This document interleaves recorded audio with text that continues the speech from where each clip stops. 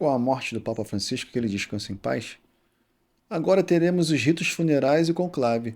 Mas você sabe como que vai acontecer isso? E como que aconteceu o conclave até a escolha do novo Papa? Então fique conosco, que depois da vinheta voltamos.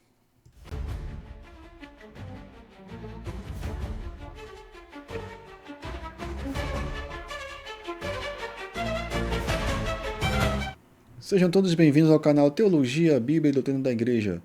Se inscreva no canal, curta e compartilhe e dê forças ao nosso conteúdo para que possamos fazer mais vídeos. Bom, eu irei explicar, mostrando na apresentação, como é que irá funcionar desde agora do funeral do Papa até a escolha do novo Papa. Bom, do conclave, do funeral do Papa à eleição do novo pontífice. O processo de eleição de um novo Papa constitui um dos rituais mais antigos e solenes da Igreja Católica, repleto de simbolismo teológicos e práticas cuidadosamente preservados ao longo dos séculos.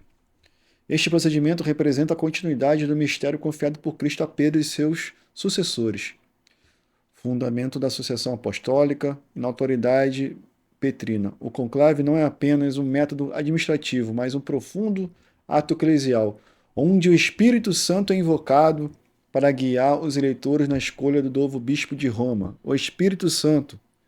Não é como a mídia está falando ali, que vai ser eleito um cardeal com ideologia A, com outro com ideologia B. Continuemos. Bom, começamos com o funeral do Papa. Assim como é que foi constatada a morte? O Carmelengo, que é o cardeal que trabalha com o Papa, constata oficialmente a morte, chamando o pontífice pelo seu nome de batismo 3 vezes. Após confirmar a ausência de resposta, ele declara: Vere Papa mortus estis. Em seguida, quebra o anel pescador com martelo de papa, com martelo de prata. Aí depois vem a Novendile, 9 dias de luto. A igreja entra no período de 9 dias de luto oficial e orações pelo falecido Papa. O corpo é exposto na Basílica de São Pedro para a veneração dos fiéis e são celebradas missas solenes, diárias pela alma do pontífice. Depois, a sede vacante. Durante esse período do trono vazio, o governo da igreja é assumido temporariamente pelo colégio cardinalício, com poderes limitados. O Carmelengo administra o bem e direitos temporais da Santa Sé. Preparação para o conclave.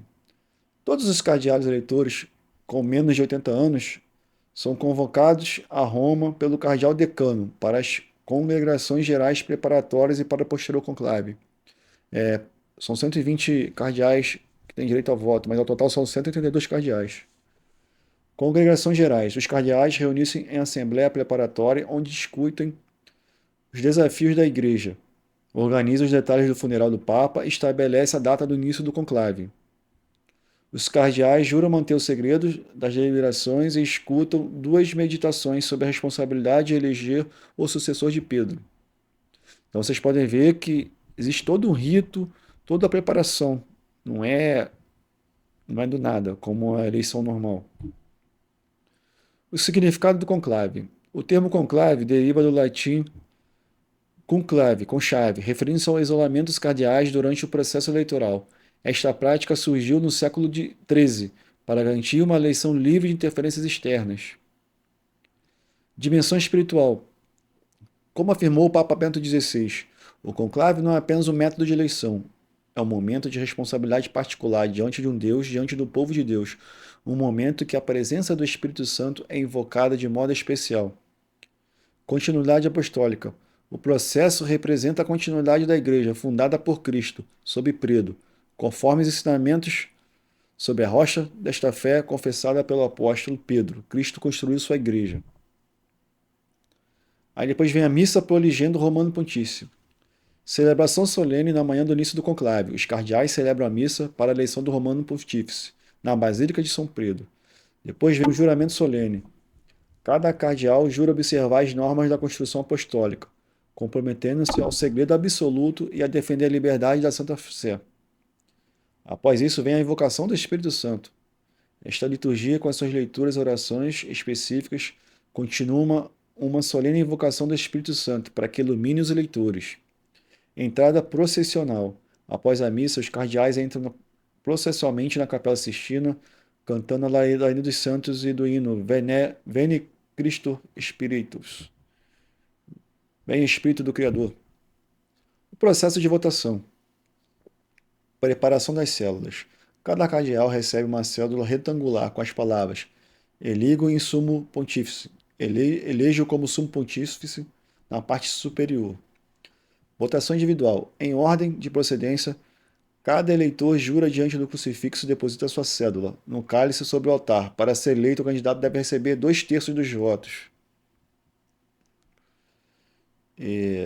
Contagem dos votos. 3 escrutinadores sorteados entre os cardeais contam os votos e anunciam o resultado. São realizadas 4 votações por dia, 2 pela manhã e 2 à tarde. Queima das cédulas. Após cada votação, as cédulas são queimadas. Fumaça preta indica que não houve eleição, enquanto a fumaça branca anuncia ao mundo que o novo Papa foi eleito. O momento da aceitação.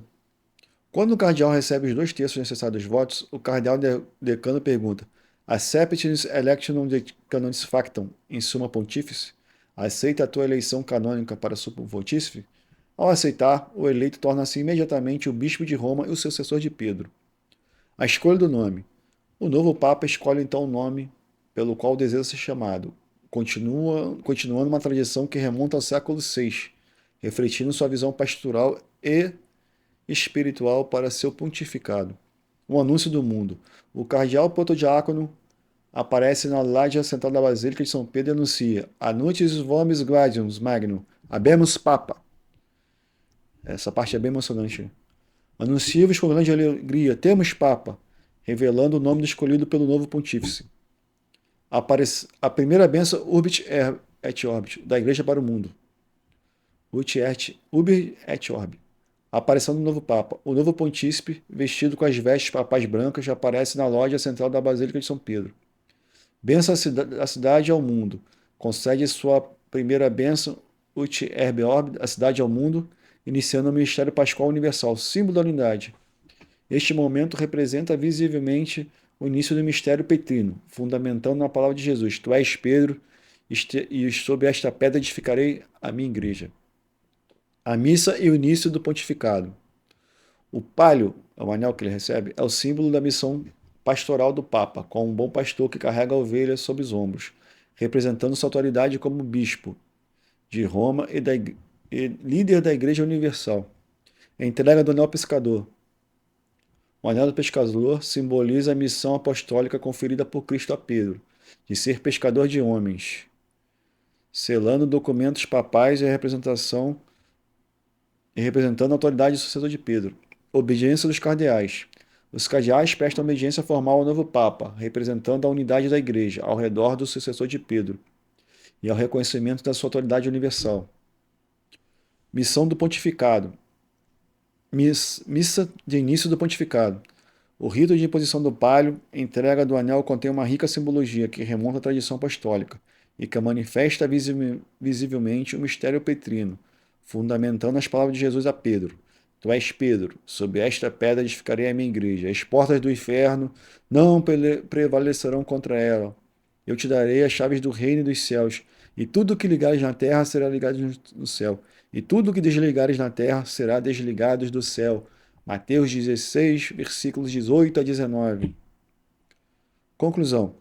O processo que vai do funeral do Papa até a eleição e instalação do seu sucessor manifesta a natureza divina humana da Igreja. Por um lado, observa procedimentos canônicos, cuidadosamente estabelecidos. Por outro, reconhece a ação do Espírito Santo guiando os cardeais em sua escolha. Este processo também reflete uma profunda eclesiologia que reconhece no sucessor do Pedro o propício e fundamento perpétuo e visível da unidade da fé e da comunhão, conforme ensina o Concílio Vaticano II. O Romano Pontífice, como sucessor de Pedro, é o perpétuo e visível princípio e fundamento da unidade, quer dos bispos, quer da multidão dos fiéis. Está lá na Lumen Gentium 23. Em última análise, o conclave não se reduz ao mero processo eleitoral, mas constitui um profundo ato de fé da Igreja, que acredita na promessa de Cristo. Está com ela até o fim dos tempos, guiando-nos através do sucessor de Pedro. As referências: a Carta Apostólica Dominus Gregis de João Paulo II, Concílio Vaticano II, a Carta Lumen Gentil, a Carta Dogmática Pastor Aeternus, Código de Direito Canônico, Sagrado Coração para o Culto Divino, Bento XVI Audiências Apostólicas e o Papa Francisco Constituição Apostólica. Bom, como vocês puderam ver, o conclave não é só a simples votação, é o Espírito Santo agindo. Então, que possamos orar para que seja escolhido o sucessor de Pedro, aquele que irá nos guiar como ovelhas, e que seja um Papa inspirado pelo Espírito Santo. É isso que nós pedimos, para que a igreja continue crescendo e se fortalecendo cada vez mais, pois as portas do inferno não prevalecerão sobre ela. Se você gostou deste conteúdo, deixe nos comentários o que achou e não deixe de se inscrever e compartilhar nosso conteúdo para que dê apoio ao nosso trabalho. E muito obrigado por assistir o vídeo até aqui. E viva Cristo Rei!